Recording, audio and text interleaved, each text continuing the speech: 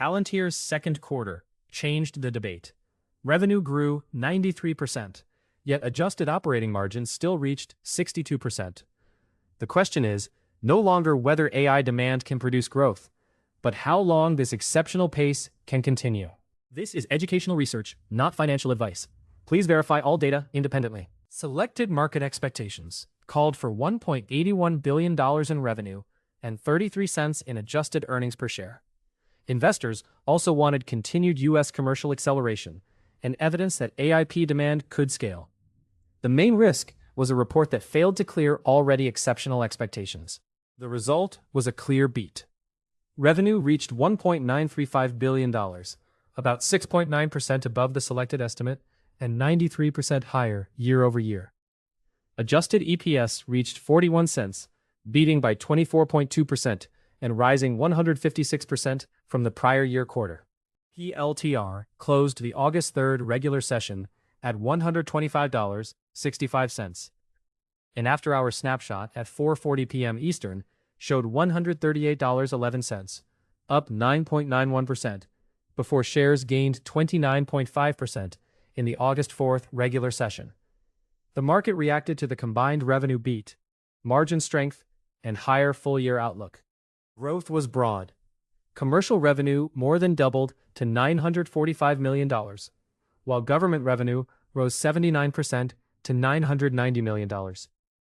U.S. commercial revenue grew fastest at 149%, although Palantir does not separately disclose AI revenue. Profitability and cash flow improved sharply.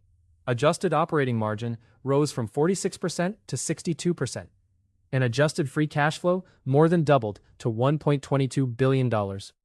However, stock-based compensation increased 66%, and property purchases nearly doubled from a small base. Management expects third-quarter revenue between $2.160 billion and $2.164 billion.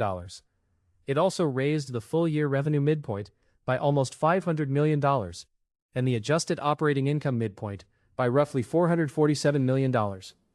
The adjusted free cash flow outlook increased to between $4.5 billion and $4.7 billion.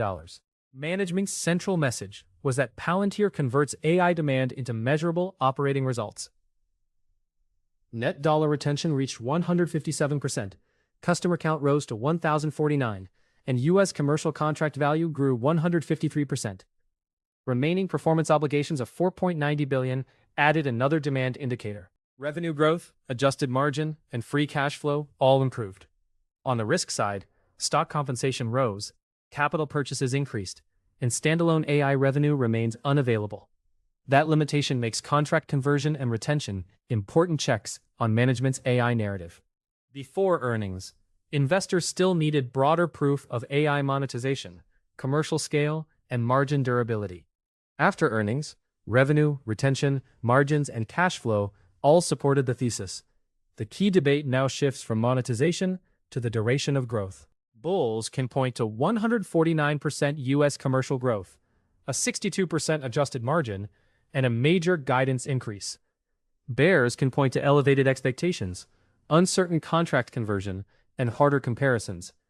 The results strengthen the operating case, but they also raise the performance bar. The clearest checkpoints are third-quarter revenue and adjusted operating income against management's ranges. Investors should also track U.S. commercial growth, contract value, and remaining performance obligations. Finally, net dollar retention must hold near its new 157% benchmark. Palantir earns top marks for headline results, AI momentum, guidance, and profitability.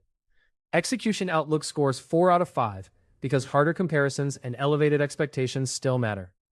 The final verdict is exceptional execution, with growth duration now the decisive test. Thanks for watching. Like, share, and subscribe. Then visit AIStocksHub.com.